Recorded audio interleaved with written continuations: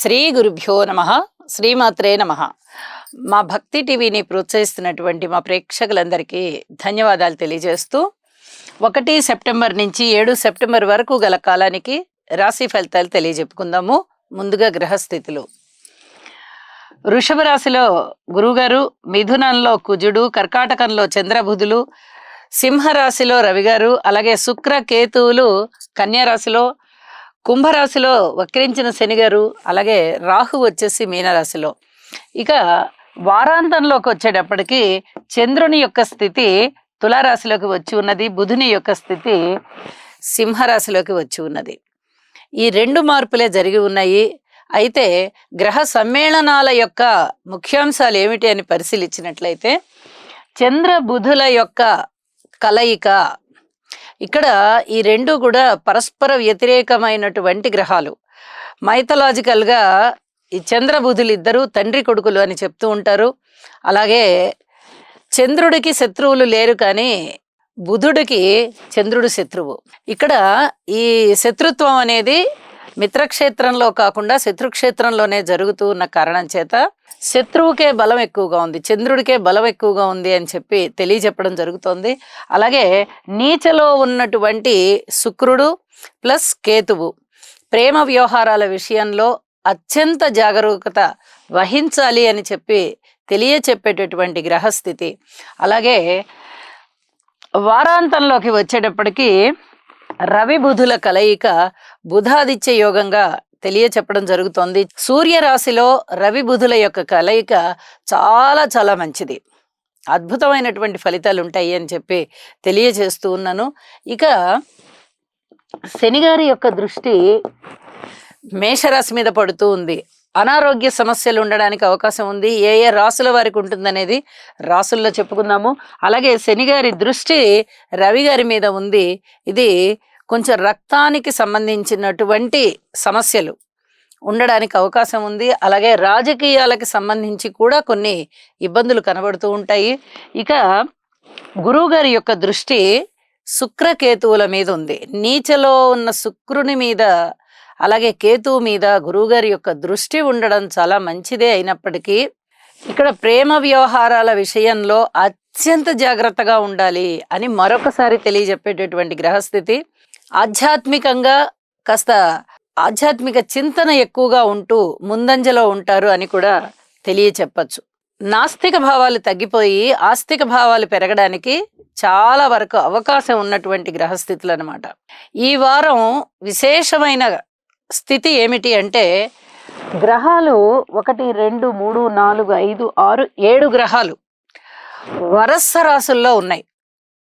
ఎప్పుడైతే గ్రహ మాలికా యోగం అని మనం చెప్పుకుంటూ ఉంటామో అది వరస రాసుల్లో గ్రహాలు ఉన్నప్పుడు ఏర్పడుతూ ఉంటుంది. వరసగా 4 గ్రహాలున్నా 5 గ్రహాలున్నా 6 గ్రహాలున్నా ఇది గ్రహమాలికా యోగం ఏర్పడుతుంది. అయితే దీనిలో కేతువు గారు కలవరు, రాహుకేతువులు కలవరు. ఈ వరుసలో రాహుకేతువులు ఉన్నా కూడా మనం లెక్కించాల్సిన పని లేదు. అయితే ఇక్కడ కేతువుని తీసేసినప్పటికీ కూడా 6 గ్రహాలు వరస రాసుల్లో ఉన్నాయి. ఇది 2.5 రోజు మాత్రమే సజ్జపడుతుంది.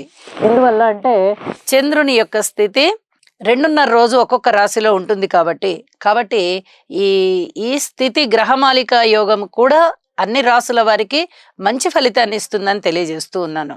వారాంతానికి వెళ్ళేటప్పటికీ చంద్రుడు తులారాశిలో ఉన్నారు. అలాగే కుజుని యొక్క దృష్టి శుక్ర కేతువుల మీద ఉంది. ఇప్పుడు చెప్పినటువంటి ప్రేమ వ్యవహారాల విషయంలో అధిక జాగ్రత్త తీసుకోవలసినటువంటి గ్రహస్థితి. నీచలో ఉన్న శుక్రుడి మీద కుజుని యొక్క దృష్టి పడుతూ ఉంది. ఇది కొంచెం పిల్లల విషయంలో అంటే ఇంకా పూర్తిగా లోకజ్ఞానం తెలియని పిల్లలు 12 ఏళ్ళు 13 ఏళ్ళు 14 ఏళ్ళు ఆ మాత్రం వయసున్న పిల్లల విషయంలో అధిక జాగ్రత్తలు తీసుకోవాలి. పెద్దలు ఖచ్చితంగా కేర్ తీసుకోవలసినటువంటి సమయం అని చెప్పి తెలియజేస్తూ ఉన్నాను. పిల్లల పట్ల జాగ్రత్తగా కేర్ తీసుకుంటూ ఉండండి. చిన్న పిల్లల విషయంలో వాళ్ళకి అభంశుభం తెలియని పిల్లలు, ఒక 10 ఏళ్ల నుంచి 14 ఏళ్ల వయసు గల పిల్లలు, ఆ వయసు పిల్లలు ఏదైనా అధికమైన కోరికలు పెట్టుకుంటారు తెలిసి తెలియని తనం వల్ల. ఇక్కడ కొంచెం పెద్దలు జాగ్రత్తలు తీసుకోవాలి అని చెప్పి మరొకసారి తెలియజేస్తూ ఉన్నాను. ఇక పరిహారాలు ఏమిటి అనేది చివరికి తెలియజెప్తాను. ఇక రాసుల్లోకి వెళ్దాము. మేషరాశి. మేషరాశి వారికి ఈ వారం రోజుల కాలము కూడా చాలా అద్భుతమైన ఫలితాలు ఉన్నాయి. 5 గ్రహాల యొక్క ఉనికి చాలా బాగుంది అని చెప్పి తెలియజెప్పచ్చు.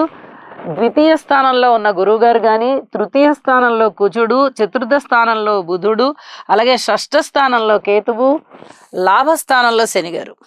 ఇక్కడ కూడా వరుస రాసుల్లో 2, 3, 4 వరుసగా 3 రాసుల్లో గ్రహాలు చాలా అనుకూలంగా ఉన్నాయి. ఇది కూడా గ్రహమాలికా యోగంలోనే మనకి మంచి ఫలితాలను ఇస్తూ ఉంటుంది. అయితే 5 గ్రహాలు మంచి ఫలితాలను ఇవ్వడం అంటే అది విశేషమైన ఫలితాల కింద చెప్పుకోవాలి.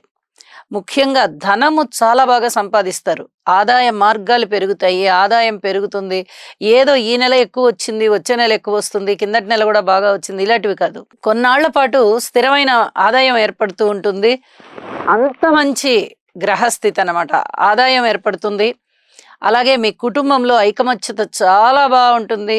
మీ మాటకి పరపతి ఏర్పడుతుంది. మీకు పలుకుబడి ఉంటుంది.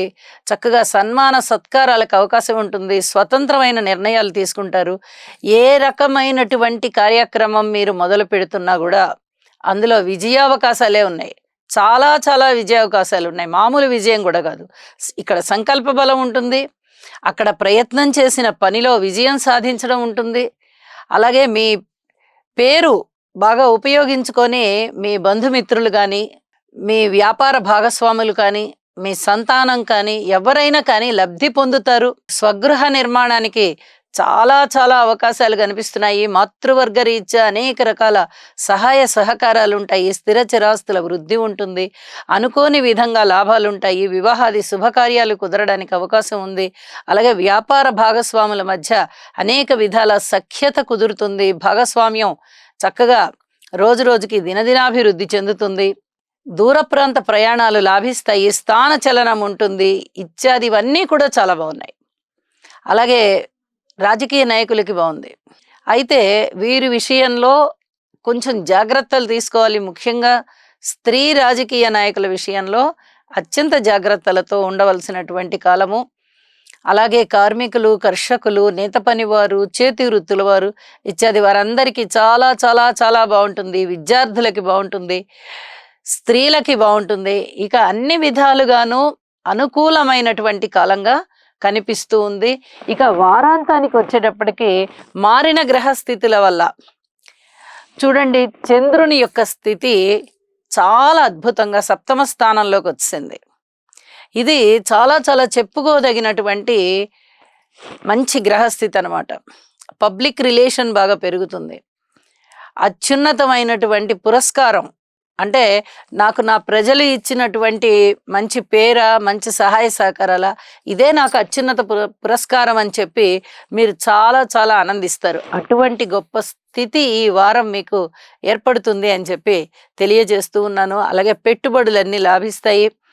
మానసిక ఆనందం కలుగుతుంది. జీవిత భాగస్వామితో అన్యోన్యత పెరుగుతుంది. కుటుంబం చాలా చక్కగా ఎంతో అన్యోన్యతతో ముందరికి వెళ్తారు. అనేక విధాలుగా మీ మానసిక సంతోషం పెరుగుతుంది, అభివృద్ధి చెందుతోంది అని చెప్పి తెలియచెప్పడం జరుగుతోంది. అయితే అనారోగ్య సమస్యలు ఏవైనా ఉన్నట్లయితే వైద్యుణ్ణి తప్పనిసరిగా సంప్రదించండి. ఏదైనా రక్తానికి సంబంధించినటువంటి ఇబ్బందులు కానీ, లేదా తలనొప్పికి తలకి సంబంధించిన ఇబ్బందులు కానీ ఉండడానికి అవకాశం ఉంది. కాబట్టి ఈ విషయంలో జాగ్రత్త తీసుకోండి అని చెప్పి తెలియజేస్తూ నమస్కారం.